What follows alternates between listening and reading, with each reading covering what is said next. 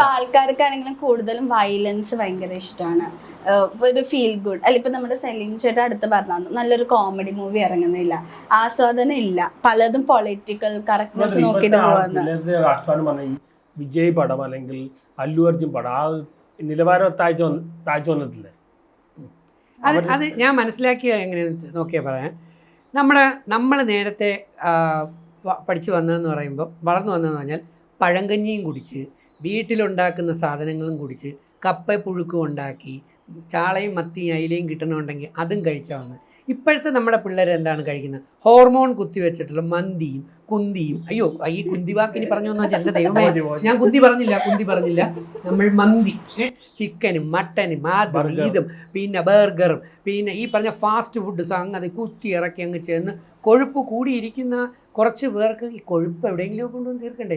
ഈ പെരുമ്പാമ്പിന് കൊഴുപ്പ് കൂടുമ്പം പെരുമ്പാമ്പ് മരത്തിൻ്റെ വേരിൻ്റെ ആ ഇടയിൽ കൂടെ ഇങ്ങനെ കയറുമെന്ന് പറയും. പന്നിയൊക്കെ തിന്നു കഴിഞ്ഞാൽ, വലിയ ജീവിയെ തിന്നു കഴിഞ്ഞാൽ ഒന്ന് ഉടഞ്ഞു കിട്ടാൻ വേണ്ടി കയറുന്നു.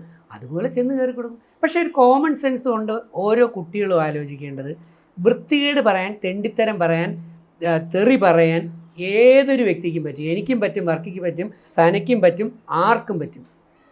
പക്ഷേ ആ പറയേണ്ട സാഹചര്യത്തിലും അതിനെ നിയന്ത്രിച്ച് വെച്ചിട്ട് നല്ലത് പറയാൻ ശ്രമിക്കുന്നവന് മാത്രമേ ഇവിടെ നിലനിൽപ്പുള്ളൂ.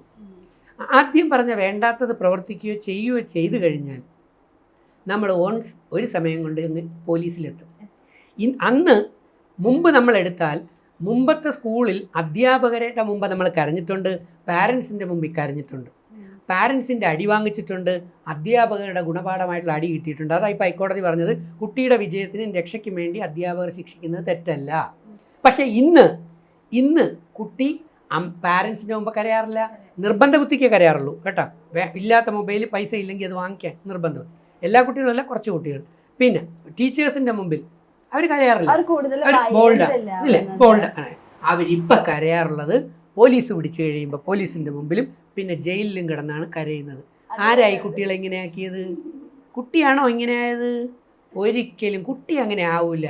കുട്ടിക്ക് കൊടുക്കേണ്ട മോറൽ എഡ്യൂക്കേഷൻ, വാല്യൂ എഡ്യൂക്കേഷൻ, കുറേ എത്തിക്സ്, പ്രിൻസിപ്പിൾസ്, ഇതെല്ലാം വീട്ടിൽ നിന്ന് ചൊട്ടയിലെ ശീലം ചുടല വരെ എന്ന് നമ്മൾ